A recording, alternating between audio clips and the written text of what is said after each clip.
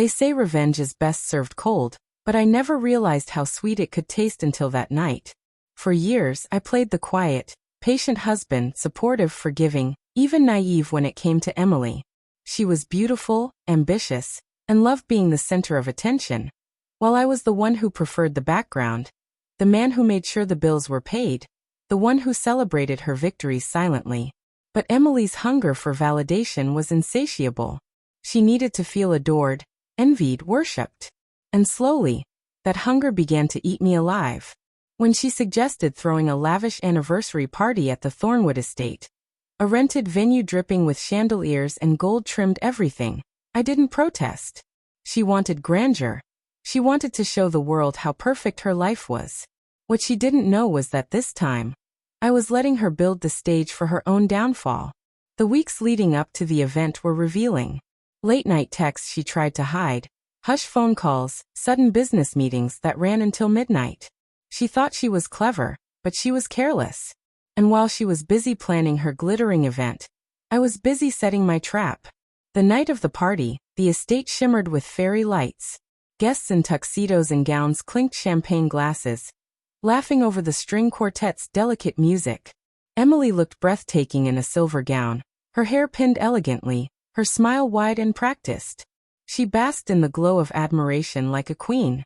I stood beside her, quiet as always, letting her shine. But underneath my calm smile, my plan was ready.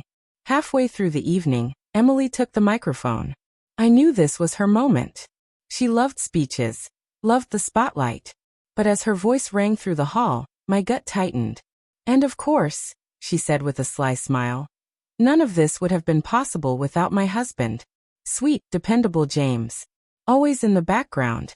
Always there, silent as ever. The guest chuckled lightly. I could feel her gaze cutting into me, her lips curving into a taunting smirk. Sometimes I wonder if he married me just to have someone to stand behind. The laughter grew louder. It was humiliating.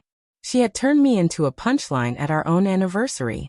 I clenched my jaw but didn't move. She thought she had won. She thought she had broken me in front of everyone. But what Emily didn't know was that the projector hidden behind the curtains had already been set. That every text, every video, every late-night secret she thought was hidden was ready to play for her entire audience. I let her finish, bowing dramatically as if she had delivered a flawless performance. The applause echoed. Then, as silence returned, I stepped forward. "Thank you, Emily," I said softly, my voice carrying through the hall. "And thank you all for being here.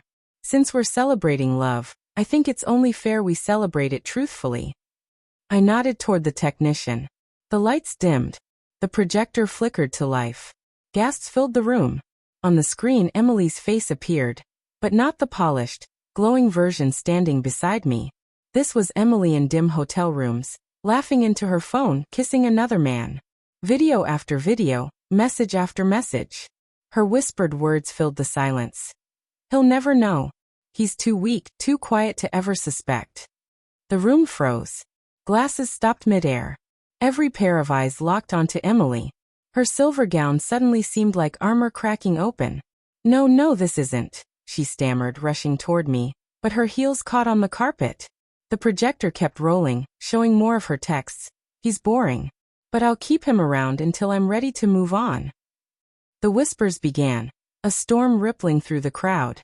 Friends she adored, colleagues she wanted to impress, all staring with thinly veiled disgust.